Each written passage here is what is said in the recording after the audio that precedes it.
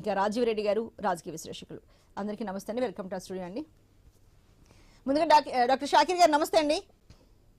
నమస్తే షాకిర్ గారు, 5వ లిస్ట్ ఎప్పుడు వస్తుందా అని అందరూ చాలా ఎలా అంటే చాలా ఈగర్లీ వెయిటింగ్. అంటే ఒక మీ పార్టీ వాళ్ళే కాదండి, అన్ని పార్టీల వాళ్ళు. ఎందుకంటే చాలా భారీ అంటే పెద్ద స్థాయిలో వస్తుంది లిస్ట్ అనుకుంటే, అందులో అసలు మనకు కొత్తగా 3 ఎంపీలు అలాగే ఒక ఎమ్మెల్యే కొత్తగా కనిపించింది అంతే. మిగతా అన్ని సేమ్ టు సేమ్ వచ్చాయి. అంటే ఎందుకని ఇంత స్లో మోడ్లో వెళ్ళడం అనుకున్న రహస్యం ఏంటి? ఇది ఒక వ్యూహమా? అర్చన గారు, ముందు మీకు అదే విధంగా ప్యానెల్లో ఉన్నటువంటి చౌదరి గారికి, అదే విధంగా రాజీవ్ రెడ్డి గారికి, విల్సన్ గారికి, బిగ్ న్యూస్ ప్రేక్షకులకు శుభ సాయంత్రం. I news. అర్చన గారు, ఈ రోజు ఆంధ్ర రాష్ట్రంలో మీరు తీసుకుంటే జగన్మోహన్ రెడ్డి గారు భారతదేశ చరిత్రలో ఎవరు చేయనటువంటి సాహసాన్ని, ధైర్యాన్ని ప్రదర్శించారు. వివిధ వర్గాల ద్వారా సేకరించినటువంటి ప్రజాభిప్రాయాన్ని, అదే విధంగా ప్రజాదరణను గిట్టురాయిగా చేసుకొని సామాజిక న్యాయం చేస్తూ ఈ రోజు యువతకు పెద్దపీట వేస్తూ 5వ లిస్ట్ ని రిలీజ్ చేయడం జరిగింది. దాదాపు 5వ లిస్ట్ లో 7 ఉన్నారు.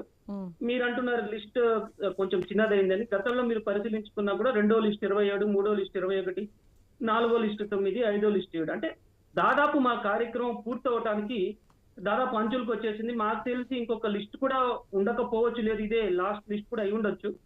ఇక్కడ ఏంటంటే జగన్మోహన్ రెడ్డి గారు ఎవరైతే ప్రజాదరణ ఉందో, ఎవరైతే అక్కడ అంటే ఇక్కడ చాలా డిబేట్స్ నేను చెప్పున్నాను గతంలో కూడా, కేవలం ప్రజా వ్యతిరేకతే కాదు, అక్కడ ఉన్నటువంటి ద్వితీయ శ్రేణి కార్యకర్తలు ఎవరైతే ఉంటారో, లీడర్స్ ఎవరైతే ఉంటారో వాళ్ళలో సమన్వయం లోపించడం వల్ల, అంటే వాళ్ళతో సమన్వయం చేసుకోవడంలో విఫలమైన కొంతమంది నాయకులను, అదే విధంగా గత 2 సంవత్సరాల నుంచి కూడా జగన్మోహన్ రెడ్డి గారు చాలా పర్యాయాలు వర్క్ షాప్స్ కండక్ట్ చేయడం జరిగింది.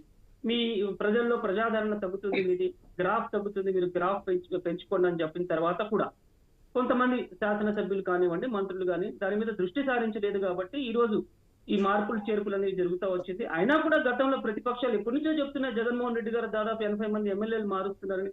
ఇదేదో అసాధారణమో లేకపోతే ఇంకేదో జరగనాది జరుగుతుందన్నట్టు వాళ్ళ మీడియా హైప్ చేస్తూ ఉంది. గతంలో కూడా చాలా మంది చంద్రబాబు నాయుడు గారు కూడా 1999లో 98 స్థానాలకి, అంటే 294 స్థానాలకు కానీ, అంటే ఉమ్మడి ఆంధ్రప్రదేశ్ అప్పుడు ఆయన కూడా 90 స్థానాలు పైగా మార్చారు.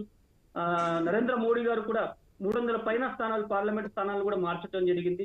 ఇవన్నీ ఏంటంటే పార్టీని మరింత బలోపేతం చేయడానికి, ప్రజల మరింత మేలు చేయడానికి, ఎవరైతే నిత్యం ప్రజల్లో ఉంటారో, ప్రజాసేవ సమస్యలను పరిష్కరిస్తూ ప్రభుత్వ కార్యకలాపాలను ప్రజల్లో తీసుకుని వాళ్ళకి పట్టం కట్టడం జరిగింది.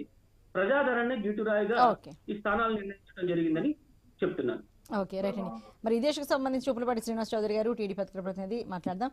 నమస్తే అండి ఉప్పులపాటి శ్రీనివాస్ చౌదరి గారు.